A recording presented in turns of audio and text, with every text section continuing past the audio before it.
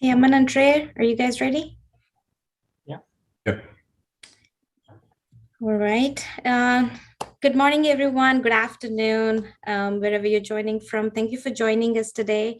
It's my honor to bring today's presenters to you, Aman and Trey.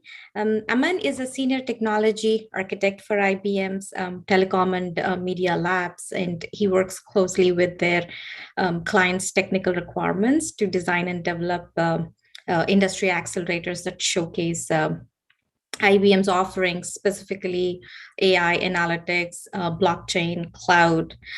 Trey Lewis is an IT specialist for IBM's telecom and media labs as well, and is responsible for development work on industry accelerators in the areas of blockchain, cloud, and IoT and network automation. With that, I would like to invite our presenters for the day to take over. But before we begin, just a quick housekeeping items, folks. If you have any questions from the start, please feel free to put them in the chat. I will be monitoring the questions and I can table them towards the end. And we can take it from there. Aman and Trey, are you good with that? Or would you rather make this an interactive session or have the questions pop in between? What would be your preference? I think it's good to keep track of questions, and we can try to answer that towards the end. Just a note to the audience. So in today's session, we'll try to focus more on the live demonstration. So we have two use cases that we plan to present. So I'll try to keep the time for presentations or slides a little lower side. So for the live demonstration part, it's good to have it continuously so that you can all see end-to-end automation and how we are using Hyperledger in that. So that will help us if we are able to run it all continuously without much stopping points. Sounds good. Sounds good. So as you said, please, folks, submit your questions in the chat. I'll be monitoring and I will be tabling them towards the end and we'll take it from there. So Aman and Trey, please start your presentation. Thank you. And thanks Jyoti for the introductions. Basically what we are presenting today in this session is how we are using blockchain. In our case, we're using IBM's platform, which is powered by Hyperledger, in our various 5G use cases, in which we show end-to-end network deployment and automation for 5G and edge solutions. So before we, and again, as I said, we will be presenting two use cases today, but I'll be giving an introduction of what 5G and edge is to start with, what are the different industry use cases that we are working on, and then we'll go and show a demonstration of two sample use cases. So what is 5G and edge? So I'm most likely, I think everyone is now familiar with 5G, that how it is the new technology standard for telcos that provides more network agility, faster deployment, more availability and bandwidth for the applications, and also how this is more enabling the usage of virtualization in the network front. So because of the new network virtualization, we now call the new telecom core as new core, and the new radio, which can be easily spinned up and brought down by using the virtualization technologies, and how it enables the new use cases required for IoT and Industry 4.0. And talking about now industry and IoT and Industry 4.0, then it takes us into the concept of edge. That what does edge mean, or edge computing means? So what, in a nutshell, what it mainly means is that how we are increasing the compute power where it really matters, which is more close to the the applications and the consumers. So how we are able to add more computational power to the edge, which is closer to the applications where IoT devices need to use that bandwidth, where the Industry 4.0 use case. Let your son or daughter name you for work. Okay, so really basically where we really need more lower latency and higher speed. So now, basically, I'm going to quickly give a very high-level view of 5G and edge landscape. It's difficult to cover the entire picture in a single session, so I'll try to give a little bit of an overview. So basically, you see that how we have industrial data centers and application centers where there could be many different applications and even physical devices like IoT devices, sensors, even user devices. Uh, so you see a cluster of edge devices here, and then these can be used at various locations like a stadium, like a customer hub, etc. And then how this is connected to different 5G and networks. And then basically this brings up the division between the customer edge on the industry edge and the network edge. And then this 5G and network edge can be connected to public and private cloud, and then also to other network interfaces like Wi-Fi or any other connectivity medium. So this kind of explains the different landscape that we are looking at. The reason to bring it up in this presentation is that how this brings up a high opportunity for application of a ledger technology like blockchain, because now in this landscape there are many multiple players that are working together to bring this ecosystem working end to end. So there might be physical equipment providers for different sensors, handsets, and other user devices. There might be licensing or the virtualization technology vendors who are providing network functions to create this network edge and the edge clusters. And then there might be other cloud providers that provide the public and private cloud, just as an example. So that's the reason we are using or highlighting these use cases where we are using blockchain and Hyperledger to enable this ecosystem. So this is just a small list of different industry use cases that we're working on.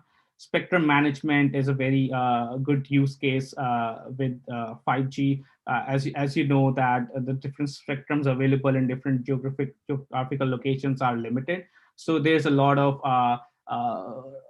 transactions and a lot of details into how these spectrums are bought or even leased out to different telcos when they need to use it. Same concept applies on infrastructure management as well. Moving to 5G means more smaller cells, more infrastructure that needs to be laid down to cover different locations. So there are OEMs or original equipment manufacturer that creates this infrastructure and lease it out to different providers. So how we can use a blockchain to enable transactions into that complex environment. Network slicing, again, this is one of the key use cases in 5G, that how in 5G now we can create slices for different application usages, different user groups, etc., and how to manage licensing around that. And security is another aspect, that how we are managing, making each and every layer in this network infrastructure secure, and how we are providing visibility into that security layer to different participants in this ecosystem. And there are the use cases like smarter cities, worker safety in industry, and so on. So today what we're going to do, we're going to cover two use cases, as I mentioned. One is where we show how we are using Hyperledger as a ledger technology to manage transactions in a deployment of a 5G network service. Then, given how much time we have, we're also going to show how we are managing the life cycle, like, for example, a security event of that 5G service, and making that life cycle events available to different participants, easily viewable from a ledger perspective. So before we go into those use cases, I just want to quickly cover a sample architecture that we are using behind this demo.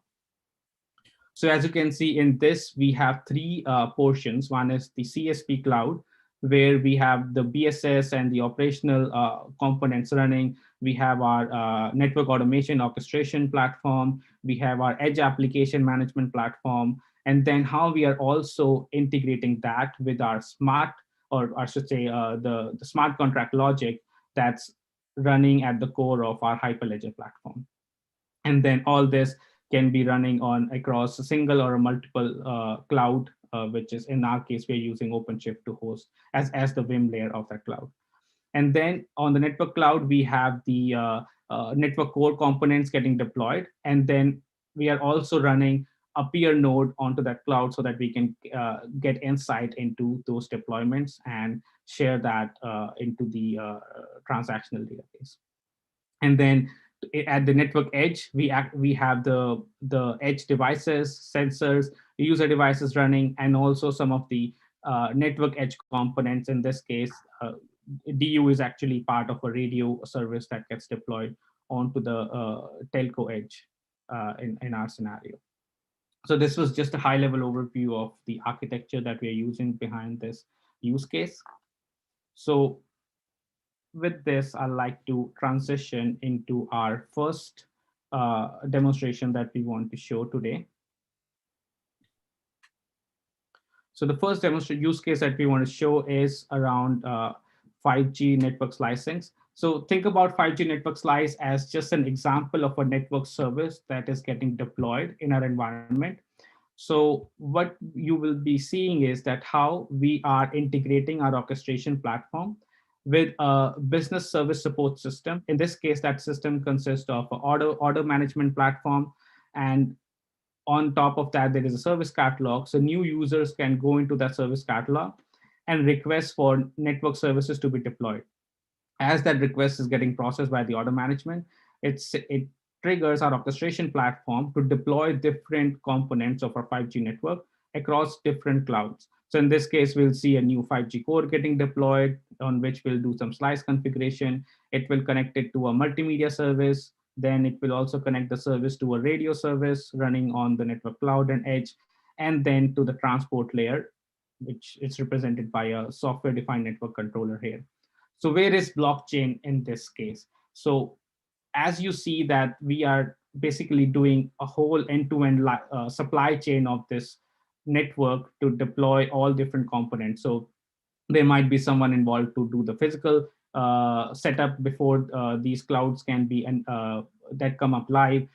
Someone needs to provide the 5G core, some vendor need to provide the radio, and et cetera, et cetera.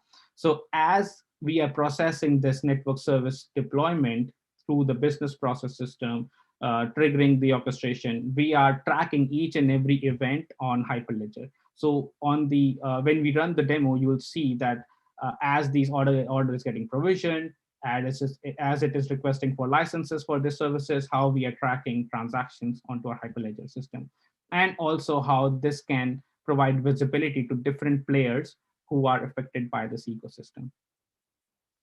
So with this, now I'll pass it on to Trey to take us to through the live demonstration of the sample use case.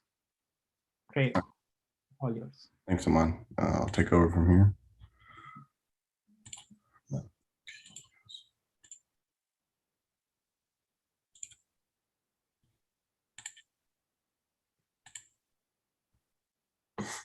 Okay.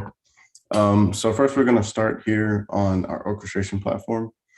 I'm going to mention that this is our out-of-the-box UI for our Cloud Pak for network automation.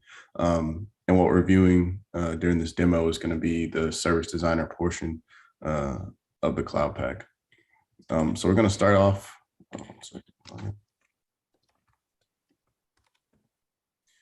We're going to start off by looking at one of the components or the slice component that's deployed during this demonstration, which is going to be our IBM 5G slice assembly.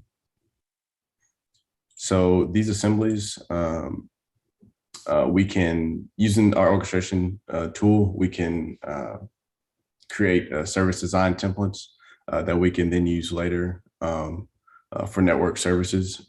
So this is a design template that we have already created that we're going to be taking advantage of during this demo. Using the platform designer, we can click and drag and drop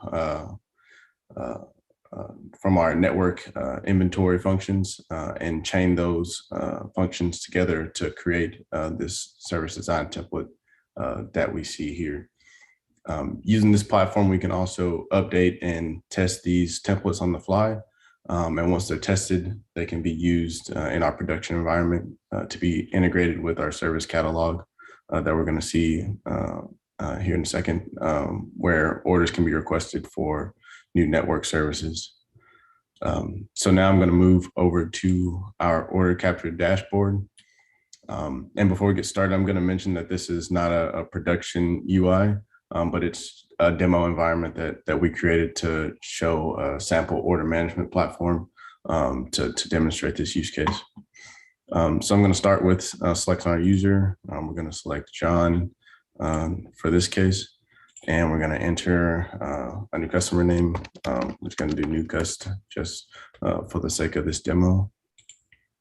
And then seeing as we're doing a 5G slice demonstration, we're going to select the 5G services from the list of services available to the customer.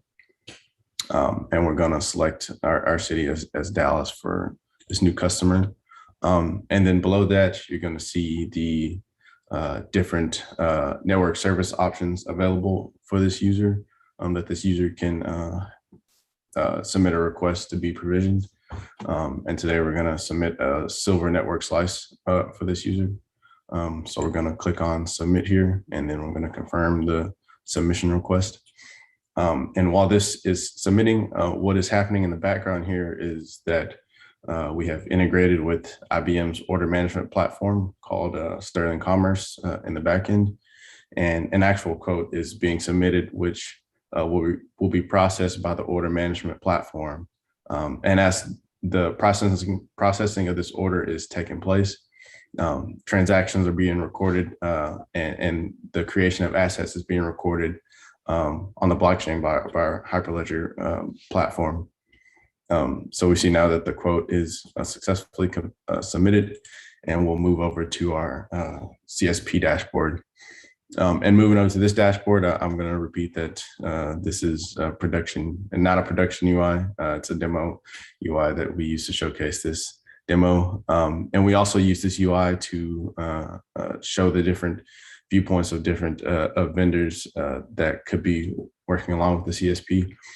So the communication service providers could be working with different vendors to successfully deploy the required services and equipment for the service deployment. So that may be working with different field agents, XNF providers, and equipment providers to deploy the components that are required as part of our service. So if we refresh the page here, we should see a new slice order pop up here at the front. And we can drill into the details of this slice order. And so for the sake of this demo, we're going to assume that our physical equipment is already present in our deployment location. So we're going to see a status of complete here for our physical component. So there's no provisioning or assignment that needs to take place with our physical component. We're going to say that we already have that in place. So then the last two steps we'll need to deploy this service order is going to be to apply the correct license to deploy our 5G virtual elements in this case, and then to deploy the 5G service itself. So clicking on this virtual component assign button is going to, what's going to happen in the background here is Hyperledger will check the asset inventory and apply the correct license used by the service provision. And we'll see a new block appear here, which is going to represent new transactions being written to our blockchain platform and being tracked by Hyperledger. So if we go down to our VNF provider view, we'll be able to see the different licenses that we currently have access to. And if we drill into this first one, we'll see that this is our 5G network slice license that we're going to need for this particular service order. So moving back to our CSP dashboard view and opening up this slice. here we should see that our 5G license has been successfully applied to this virtual component, which we see that here. We see it listed here under the license info that our 5G license has been successfully applied. And now we're able to provision our virtual component. So we'll be able to provision the 5G slice now that the license has been confirmed. So we're gonna click on this virtual component provision button. And what's happening here is it will trigger our northbound API for our orchestration platform to provision this service in production. And we'll also see a new block be generated here once that has happened. So we see the new block that's come up and with the status of VNF assigned. So going back to our orchestration platform, if we look at our recent assemblies, we'll see that our slice is currently being provisioned and being brought up by our orchestration platform. And so using our orchestration platform, we have the ability to kind of drill into our execution and see where that is in its process. So we're going to open it and see how the installation is coming. So everything is coming along pretty well.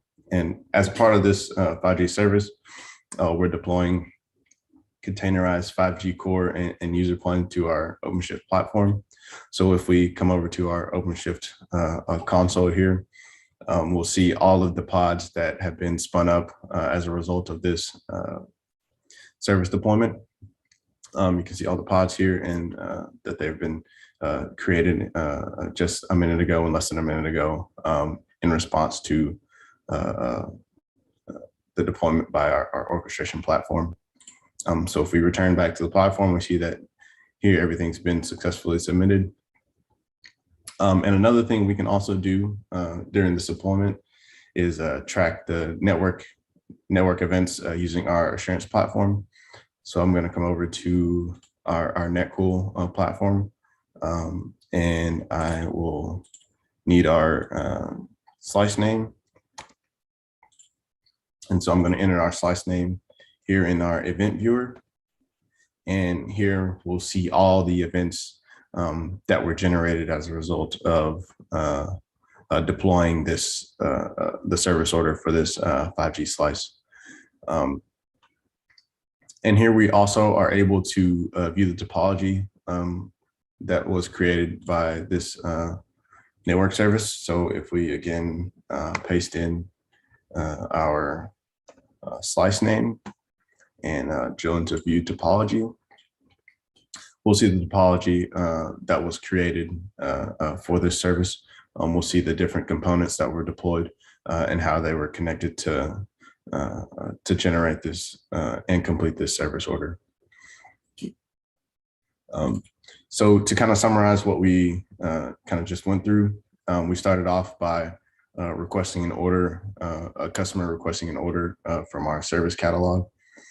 Then that order was processed and the transactions and asset creation was tracked by our Hyperledger platform on our blockchain. When the service was provisioned, it triggered an API on our orchestration platform, and which used one of our pre-created design network templates to deploy a new 5G service on our cloud platform, which in this case is going to be our OpenShift platform. And we're also able to monitor the events of this network deployment and view the topology of this network deployment live as the service is deployed. So now if we go back to the detailed view of our slice, we should see that all of the components are now successfully provisioned, and which means they're all up and running and that this 5G slice was able to successfully be deployed. So we see here that the physical component, virtual component, and then the logical components are all in a running state, which means that this deployment was successful. I also want to point out that all of our lifecycle status events for each of our components are tracked by the Hyperledger platform. So if there was an issue deploying any component, or if there was an incorrect license, or if there was a problem applying the license, we would see that status message here, and we would be able to get detailed notes about it here in our notes section to see what exactly went wrong during that deployment. And again, that's all tracked by our Hyperledger platform as well. So that's it for our 5G slice demo. And I'm going to pass it back over to Aman to show our security demo. Thanks, Ray. And I'll need you to stop sharing before I can share. There we go. Okay, so what we saw in this first use case is that how we used Hyperledger to track different events in the journey of a service order that was placed by a customer on our order management platform, to where that order management was split into different components to be deployed, to the trigger that went to our orchestration to deploy those network components, the 5G core, the multimedia services, the radio, and the transport layer on different clouds. And as we are deploying these components, there might be licenses required for the 5G spectrum, for the slicing, and etc. All different components. How we can also use the smart contract on Hyperledger to smartly manage the inventory of licenses that are operator might have ownership to, or the operator might have to get those licenses from other vendors. So in addition to that, as Trace mentioned towards the end of the demo, that we are also managing the assurance of this network service as it is getting deployed. So in our case, we're using Watson AIOps or IBM Assurance Network Assurance Platform for this. So you were able to see that how we were tracking network events, how we were tracking topology of the network service. So let's say something goes wrong on anywhere in our network cloud that affects the service. So how do we get to how we get alerted on this network failure or any security alarm on the assurance platform, and how can this be tracked and notified to different vendors is also where we are using Hyperledger. So the next use case is one example of this scenario. So we have different closed loop scenarios. When we say closed loop, is basically a loop to learn the behavior of network, to identify any threats, and then apply the remediation action. So in this case, it's a closed loop to enable security on our 5G core. So what we'll see is that how we are monitoring the security of the containers that are running for the 5G core. And sorry, I should have mentioned this earlier. So in our deployment that you saw live, we deployed a containerized or a cloud native 5G core onto OpenShift platform, as Trey showed in the live demo. So we're going to see how we are monitoring any tampering with those containers that are running our 5G core. So in this case, we are using a third-party platform from Palo Alto called Prisma Compute, which is basically their container monitoring system. So as we go in and do some activity on the container, which is not allowed by the policy, we'll see that how it's getting tracked by the container security platform. Then it gets sent to IBM's security event platform, which is QRadar. And then that creates or identifies some event as an offense that needs to be paid attention to. And that gets processed by the security orchestration platform. In this case, we're using IBM Resilient.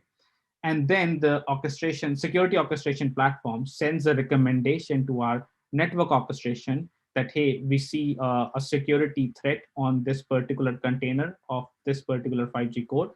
So you need to do something about it. So then the orchestration implements a remediation action to fix that 5G core and remove the security threat. Now, how it ties back to our Hyperledger story that we just saw in the last demo. So since we are monitoring the life cycle of our network service, in this case, which also includes the 5G core, we're going to see that as these events are getting processed, as these alarms are getting processed, we can add or update the status of these different network components, which are treated as assets on Hyperledger. So in our case, the 5G core is treated as an asset that is tied into that customer order. So as something happens to the life cycle of this asset, we are also writing or updating transactions onto a ledger to record these lifecycle events, and these lifecycle events can trigger notification to different owners or participants in this ecosystem who may be affected by this lifecycle event. So with that, now let me go and actually show a live example of this. So for this, I'm going to pick the same service that Trey provisioned as part of our 5G slice execution or deployment. So now I'm going to go to the actual OpenShift cloud where the 5G core containers are running. So we saw that this was just deployed. So these are the containers that are actually running different components of our 5G core. So I'm going to pick the user plane function, which is responsible for, let me refresh. I think my session is out. Sorry for that. Okay. So again, now I'm logging into the user plane function of my 5G core, and I'm going to run, let's say, a port tracking command, which should not be allowed by the policy that we have configured in the security profile of our 5G core. So as I'm executing this command, it should be tracked by the container security platform, and we will see a new event or a new log messages being tracked by the container security platform. So we see this container security platform is saying that there was a suspicious network activity recorded on the 5G core security monitoring platform, right? And as as this platform is recording it, it's also sending. You can use your infrastructure as code to read out the information from a secrets manager and then pass that into your variables, right? That's a little bit more. And would you please unmute yourself? Oh, sorry, my bad. Okay.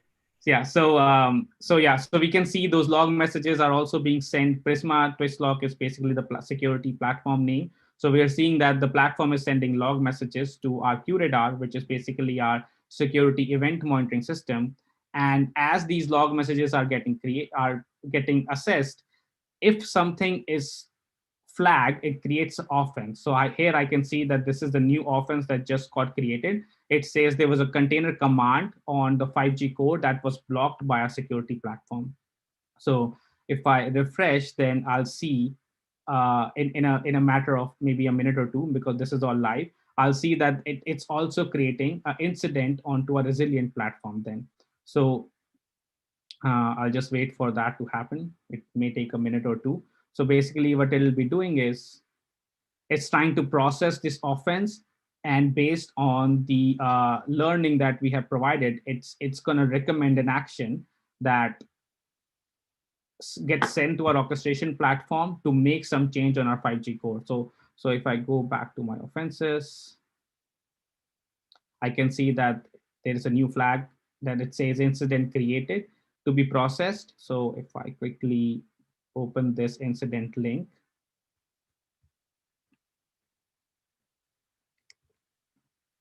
here. Okay. So again, I need to quickly log into the system.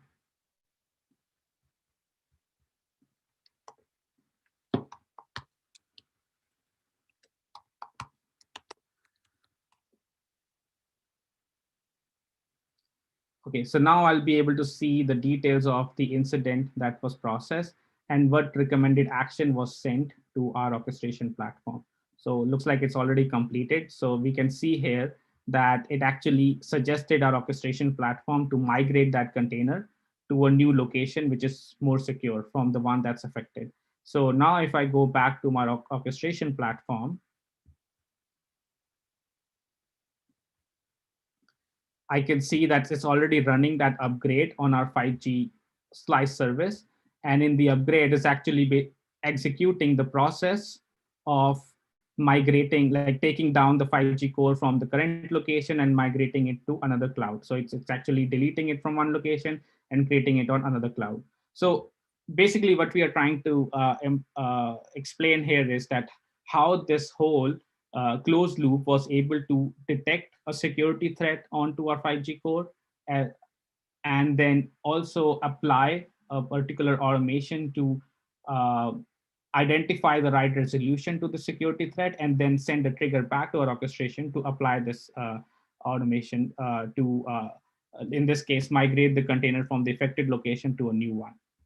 So if I now go back to my dashboard, to our demo dashboard, we were showing how this is all being tracked on Hyperledger.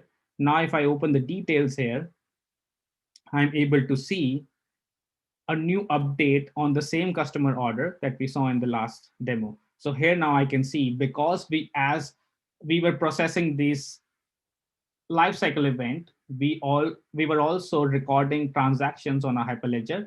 I can see a latest update on the nodes for this particular component of the order, that there was a security threat detected and the code was migrated at a particular timestamp. And again, this is just for demo purpose that we are showing examples like this. In production, it can also trigger, let's say the owner of this 5G core is a particular vendor who needs to do some additional check, or let's say in some scenarios, we also need to send a field agent. So this can also order automatically based on the smart contract in the supply chain, can also order different orders for a field agent to go in and check. Or let's say we need to trigger the VNF provider to provide a new license with new policies for this 5G core. So this could trigger an order to the VNF provider to initiate that process. So all in all, we want to highlight out how we are using Hyperledger to enable this ecosystem, which is very complex and needs to be monitored all the time. And there should be proper transactions being tracked between these different participants in this environment. So going back to summarize what we saw that how we simulated an attack on the 5G core container, how that attack was tracked by a container security platform. It was sending events to our QRadar, which was able to identify an offense based on the sent events or logs. That offense was processed by the security orchestration to recommend a solution to our network orchestration. And the network orchestration implemented a fix to a 5G core. And as all this was happening, we were tracking transactions onto Hyperledger, and we can easily see the status updates on these individual components that are part of a bigger service onto the different dashboard based on the input coming from the central ledger. So with that, I'll end the two demonstrations that we want to cover in today's session, and I'll give it back to Jyoti, David, and T. Thank you, Aman. That was a fantastic presentation. Went really smooth. Thank you. With that, let me open it up for questions. There was one question in chat coming from owner. It's asking, is it an IoT component? Mm-hmm. So in this particular use cases that we demonstrated today, there is, we didn't have an opportunity to show an IoT component also because we are presenting remote. But yes, there in this whole ecosystem, we also have IoT components. For example, there is, I can actually just talk through it, if not show the entire demo. I'm gonna share my screen again for that. So there's another use case that we have worked on, in which we also show the integration of our network layer with the edge application. So as we deploy it's basically a continuation of what you saw in the first demonstration. So as we show deployment of the 5G network slice, we are also showing that how we are using the same order management flow to also deploy some object detection models onto, let's say, smart cameras or servers running, or I should say mobile edge running on the customer edges or network edge. So it's basically an extension of a same use case, that we are not just tracking, in this case, the life cycle of the network components getting deployed, but also any IT device, IoT devices connecting to the network layer, or any smart devices being enabled in the whole process. So if I go back to my other dashboard to show an example of that. Okay. So in this case, our physical device, we were showing that it's already activated. It was being represented as a cloud that is required to deploy these network services. But this physical component can also be IoT devices, smart cameras, etc. And we also manage the unique identities of these physical devices. In this case, you don't see a device hash, but what we have developed in this smart contract, and sorry if I'm going a little more into detail to answer this question, but basically in this particular use case, we added a capability into smart contract to create different hashes, like a hashing mechanism to create a unique key for each and every physical component and device that gets created as an asset on Hyperledger, and then manage the life cycle of that physical component or IoT device. So long answer, but hopefully I covered your question. That's great. Thank you. There are a few compliments in the chat saying this is a great presentation. The next question is from Kevin. He asks, after the threat was detected, how was a decision to migrate to a new container automatically made? Part of the contract, or is this some sort of an AI implementation? So I'll say both. In our case, we are using basically what's an AI ops platform as well to provide additional insights to what kind of network alarms were taken care of in the history of this network service. What are the normal protocols followed? So there could be an initial learning that we feed into the AI engine, and then it also learns that it's working, right? So that's how the assurance of the AI platform works in our scenario. But then as we are recording, we are controlling this using our central ledger. So we can also apply policies to control the recommended actions. For example, there could also be a policy that says that if a particular kind of alarm is seen, then it should be handed over for a manual intervention than just AI taking over and implementing something. So they could also, and especially in the areas where there are multiple parties involved. For example, let's say there's a particular enterprise who wants to run by a particular rules, and those rules can be embedded in the smart contract. So for example, for enterprise A, that manual intervention will be in place. For enterprise B, it will automatically be resolved. So there could be smart contract policies that can be added as an overlay layer to the decision-making process. That's fascinating. At this point, I would like to invite our guests to go ahead, unmute yourself and ask questions if you have any.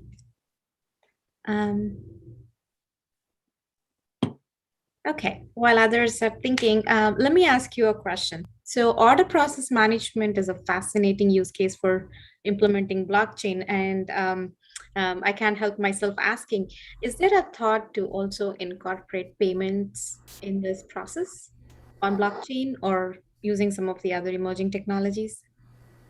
Yes, so in fact, again, I'm going to share my screen again to answer that question. So as Trey was sharing the supply chain process for this network service, you must have seen orders getting created to the VNF provider, to other agents, right? So we also show the option of having some integration with a billing system. So in this case, let's say a particular license was, in this case, 800 euros or dollars and something else, right? So yes, we do integrate with billing system as well, which is a key part in this ecosystem. And then there's another example that we were not able to show in today's demo, that there could also be smart contract policies that can be applied on these billing transactions. For example, let's say there was a new order that required a field agent to go in and do an install. So the smart contract says that there is a SLA on this work, that if the install is completed in 2 days, the bill would be, let's say, $1,000. But if the SLA is breached, then it goes to the second level that if it's completed in the next 1 week, then the billing will be reduced to basically, let's say, $800 or something. So we actually show that as one of our demos or examples in some of our engagements where that billing aspect is more important to be demonstrated. And those SLA conditions and policies are incorporated into your smart contracts? Yes. So as we onboard a new participant or a new vendor, there should be a smart contract in place that absorbs those policies so that it's more transparent and automatic resolutions to any conflict in case of these, I say, engagements with the vendors. It's good to know. Thank you. Mon, while you're sharing your screen, do you mind clicking on that link to the telecom special interest group that I dropped in the chat? We can just say maybe a quick word and invite people into that group. So if anybody... It's in the chat. Oh, okay. Sorry, I had my... Oh, yeah, when you're presenting, yeah, when you're sharing your screen, the chat is hidden. Just as a quick word, if people are enjoying this conversation about telecom use cases, we do have an ongoing special interest group specifically focused on this topic, and it's an open forum. Anybody's welcome to join the mailing list, the regular meetings. You can take a look at the wiki. So, you know, it's a collection of other people in the community who are also interested in this topic and who want to collaborate on different things. The group has done a number of things. For example, it's written two papers that looked at different use cases. It's looking at writing a third. It's, you know, it's talked about doing coding projects. So if anybody's interested in working with others kind of on an ongoing basis beyond this one meetup, you know, to talk, you know, to work with other people on blockchain and telecom, please do feel free to sign up. There's an open mailing list you can subscribe to, put a link in the chat, and again, regular meetings that you can dial into. And adding to what David said, we also, time to time, as we work on these new industry use cases, we share our learnings in form of white papers and blogs as well out of this group. So I think, David, you have done an awesome job in leading this group, and we have quite a number of good blogs and white paper that we got out of this one. Right. The group has done a lot of interesting work. So if you're interested, yeah, if you go to the wiki, if you're interested to see what the group has done so far, there's a page that kind of points to the, you can see there's a link to the blogs and stuff. So it's open. It's an open resource. Do feel free to kind of poke around and see what the group has done. Oh, it looks like maybe that's been a little out of date. we could update it, but the information is all there. That this seems to be an extension on the TM Forum Catalyst work that IBM did not that long ago, but it didn't. I think that work did not include the smart contracts. Is that something you've added recently, or has that been there since essentially, yeah, the day one? Can you specify which exact TM Forum Catalyst use case are you talking about? I'm thinking about the composition one for 5G, but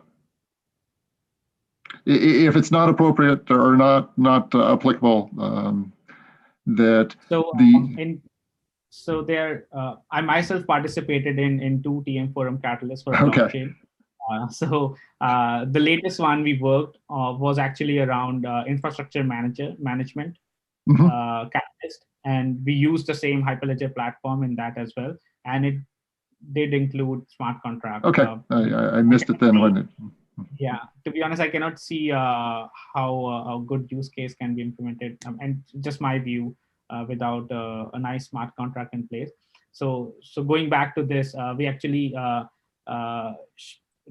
worked on a TM Forum Catalyst where we showed how different telecom operators can come together in a work in an ecosystem on the back end of which we have a ledger technology like Hyperledger to intelligently manage the infrastructure sharing between these operators. Again, the challenge is that in the new 5G generation, cell sites, which basically, in more easier terms, actual hardware that goes into telecom towers and all, is getting expensive. Plus, you need to create more cell sites for more coverage of 5G.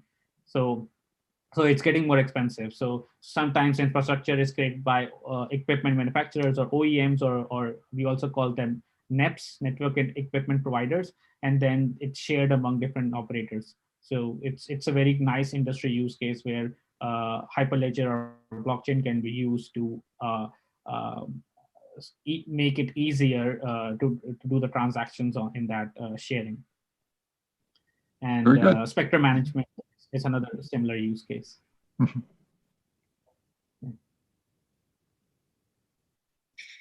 Awesome. There's another question in the chat. It's asking, could you maybe give an example of using this technology for, say, pastry shop? I think we'll need a better, some more details on the use case. But if we are brainstorming here, going a bit off topic, since we were talking just about telco use cases, but I'll play along. Okay, so pastry shop. Let's say I own a pastry shop, or whoever owns it needs vendors to provide raw material, I don't know, I'm not very good with making pastries, but whatever you need, baking soda. Let's say flour and sugar and egg. So how do you intelligently manage your SLAs with them? Like you cater to 100 customers or 200 customers every week, so you need your material every 2 days, for examples, right? So you need to maintain that SLA with your vendors, that if you don't give me new raw material every 2 days, I'll run out of pastries to provide to my customers. So, and you could be working with not one, but 100 vendors. So like, I'm just giving example, right? So let's say, for example, let's take example of Starbucks, for example, right? In fact, I think McDonald's will be better example, because McDonald's is actually implementing blockchain for their stores. So the moment, and this is actually someone shared with me who was actually working on implementing blockchain for McDonald's, that the moment you go into their drive-through, they track that what you're ordering, so they maintain their customer profiles, right?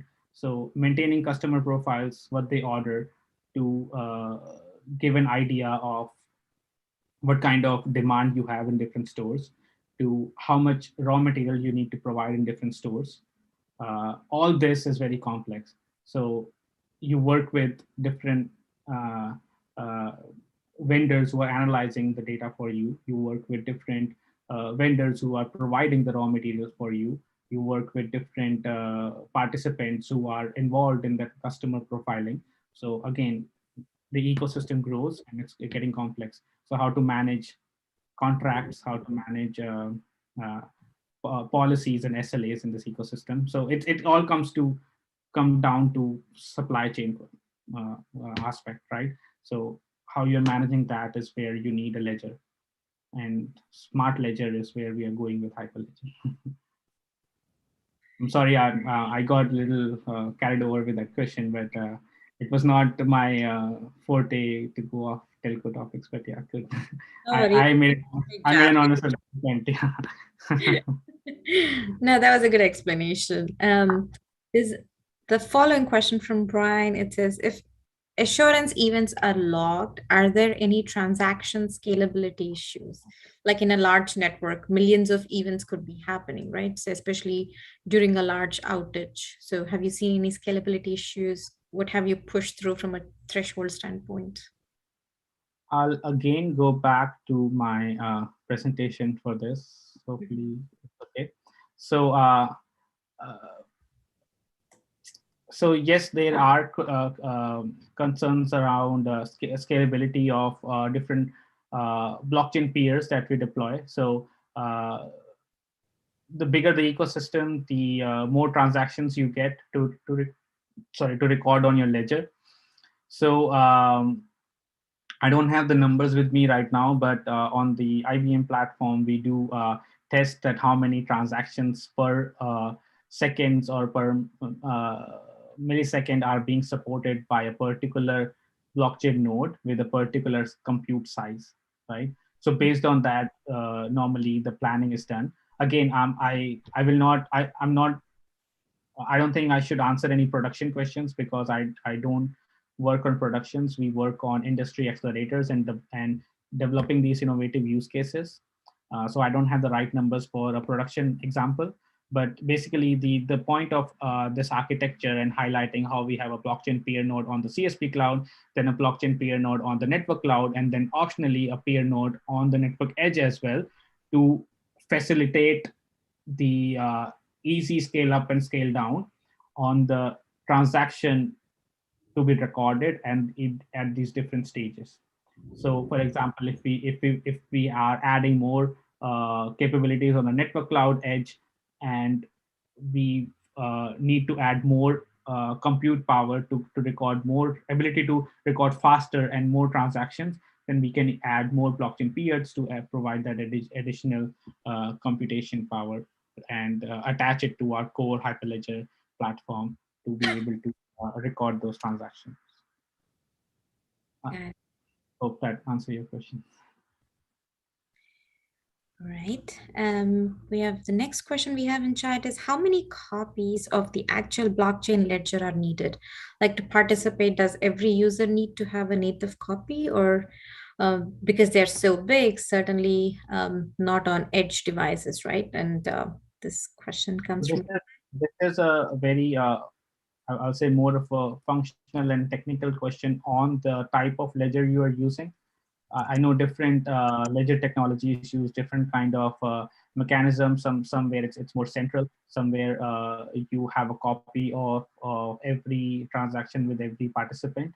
So I'll say it depends whether you're using Hyperledger, you're using Sawtooth, you're using Indy, and all these different technologies underneath Hyperledger. So it's a very technical aspect of how that particular ledger is implemented, and it depends on the technology you're using. I think this is also one of the key factors to choose. If you're using Indy, you're using Sawtooth, you're using, let's say, even if not Hyperledger, you're using Ethereum, or which technology you're using. Yeah, that makes sense. We are at the top of the hour, but I still have 2 more questions. Aman, are you good to take, or do you have a hard stop? I just want to be respectful of your time. Yeah, I actually need to jump on another call, but I'm happy to take these questions offline, and I'll both me and Trey, and we'll try to do our best to answer. That would be wonderful. So what we'll do is we'll go ahead and email those questions out to Aman and Trey. Guys, thank you so much everyone for joining today and for the engagement. We truly, truly appreciate the industry participation. Thanks everyone. Thank you. Thanks, Aman and Trey. Thank you.